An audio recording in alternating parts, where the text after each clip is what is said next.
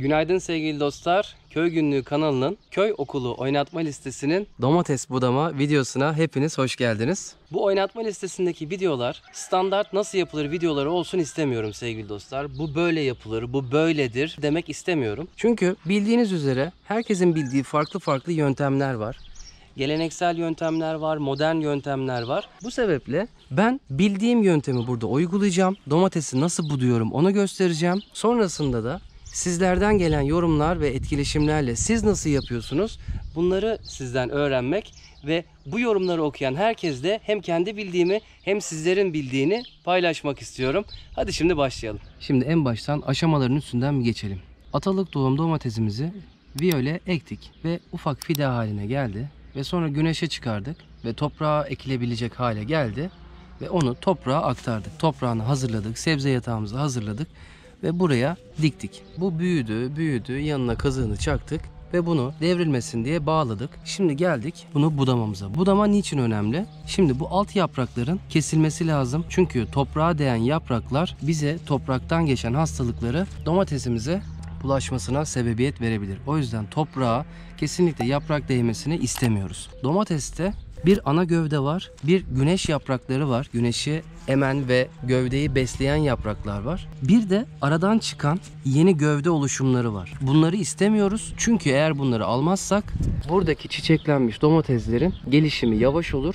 İstediğimiz verimi alamayız. Bunları buradan kestikten sonra bakın bunlar kendisi başlı başına yeni bir domates fidesi gibi. Bunu tekrardan suyun içinde bekleterek köklenmesini sağlayıp ya da direkt toprağa ekerek her gün sulayarak yeni bir domates fidesi haline getirebilirsiniz bu dalı.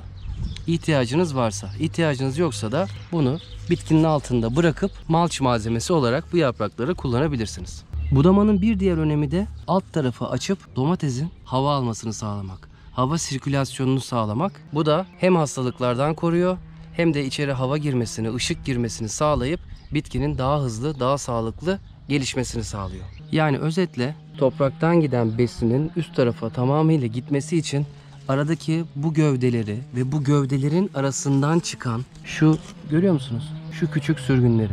Bunlara yabancılar sucker diyor. Yani emici, güç emici. Bizde de köylüler piç diyor bunlara.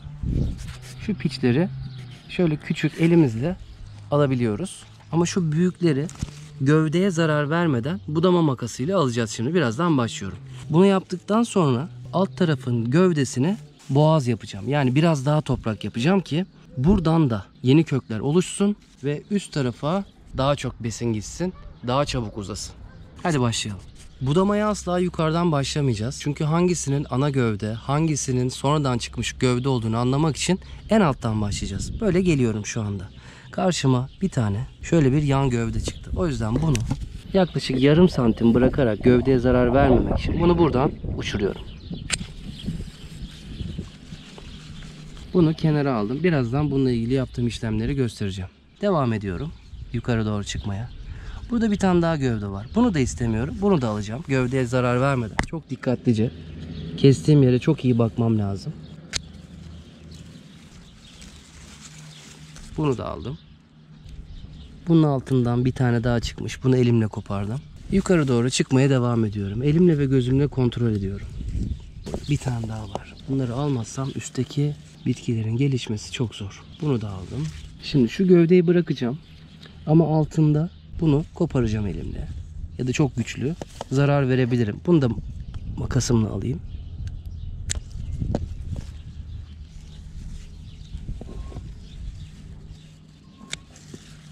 Gördüğünüz gibi yavaş yavaş domatesimin yüzü gözü açılmaya başladı. Şuna dikkat ediyorum. Şimdi bu ana gövde. Bu da bırakacağım yaprak. Ana gövdenin devamı ortasından bakın çıkmış. Bunu alacağım. Bununla işimiz yok. Buradan gelen bu yapraklardan gelen enerjinin yukarı doğru çıkmasını emen bir unsur bu. Bakın burada küçük bir yaprak var. Bu minnacık daha. Bunu elimle tık diye kopartıyorum. Aşağı doğru iniyorum. Bakıyorum. Şöyle aşağıdan itibaren göstereyim kestiğim yerleri. Burada sürgün alttan çıkmış. Buradaki piç alttan çıkmış. Her zaman üstten çıkmıyor. Bunu aldık. Yukarı doğru çıkıyorum. Şu aradakini aldım. Bak bunu unutmuşum. pin altında kaldığı için bunu aldım. Bunları temizledik. Bunu da temizledik. Bu tepe noktası. Evet. Şu anda bununla işimiz bitti. Şimdi dostlar gelelim bu budadığımız diğer fidelere. Bunları nasıl değerlendirebiliriz? Şimdi bunların alt yapraklarını makasımla budamaya devam ediyorum. Ana gövdesindeki alt yapraklarını budamaya devam ediyorum. Bunu aldım. Bunu da aldım. Ve bunu da aldım. Hatta biraz da kısalttım. Şimdi gördüğünüz gibi bu neye benziyor? Viyolden çıkmış, toprağa dikilmeye hazır bir domates fidesi aslında bu. Üzerinde ufak ufak şöyle kıllar var, tüyler var. Bunu bu şekilde toprağa da dikebilirsiniz. Bu büyüyüp aynı bu az önce budadığımız gibi bir domates fidesi olacak. Ya da işinizi biraz daha kolaylaştırmak için bunu 4-5 gün bir su bardağının içinde, suyun içinde bekletirseniz göreceksiniz ki burada küçük küçük üstünden kökler uzayacak ve işini kolaylaştıracak aslında domates fidesinin. Toprağa dikildiği zaman o kökler çok daha hızlı bir şekilde yayılacak ve yeni domatesleriniz bu şekilde büyümüş olacak. Şimdi son aşamamızı gösteriyorum. Altındaki malçımı açıyorum. Domates fidemin daha iyi gelişmesini sağlamak için, köklerinin daha güçlü olması, yeni köklerin oluşması için buna boğaz yapacağım. Yani buraya yaklaşık şuraya kadar gelecek şekilde toprakla kapatacağım ki buradan yeni kökler oluşsun ve domatesimin üst yapraklarına daha çok güç gitsin topraktan.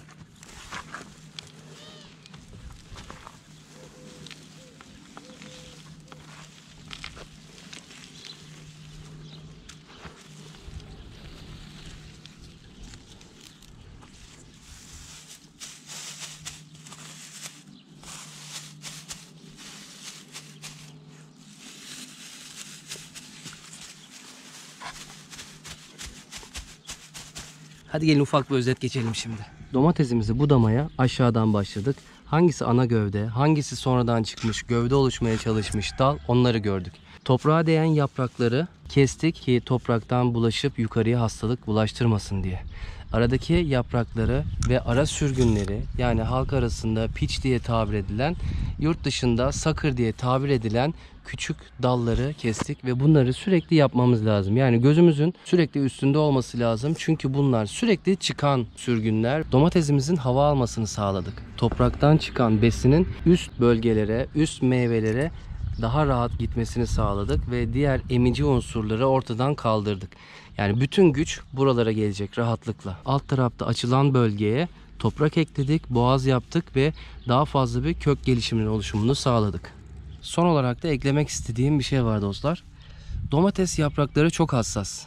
Eğer domatesinizi siz üstten yapraklara su değecek şekilde sularsanız hastalıklara davetiye çıkarırsınız. O yüzden domatesinizi sularken muhakkak dibinden sulayın ve yapraklarını ıslatmadan sulamaya çok dikkat edin. Bu bölümün de burada sonuna geldik sevgili dostlar. Elimden geldiğince burada hem kendi öğrendiğim hem de çevremden öğrendiğim bu bilgileri köy okulu oynatma listesinde sizlerle paylaşmaya devam edeceğim. Eğer sizin de böyle hayalleriniz varsa ve bunları öğrenmek istiyorsanız kanala abone olup bildirim zillerini açmayı unutmayın lütfen. Yeni bölümlerde görüşmek üzere. Kendinize çok çok iyi bakın. Mutlu ve sağlıklı günler.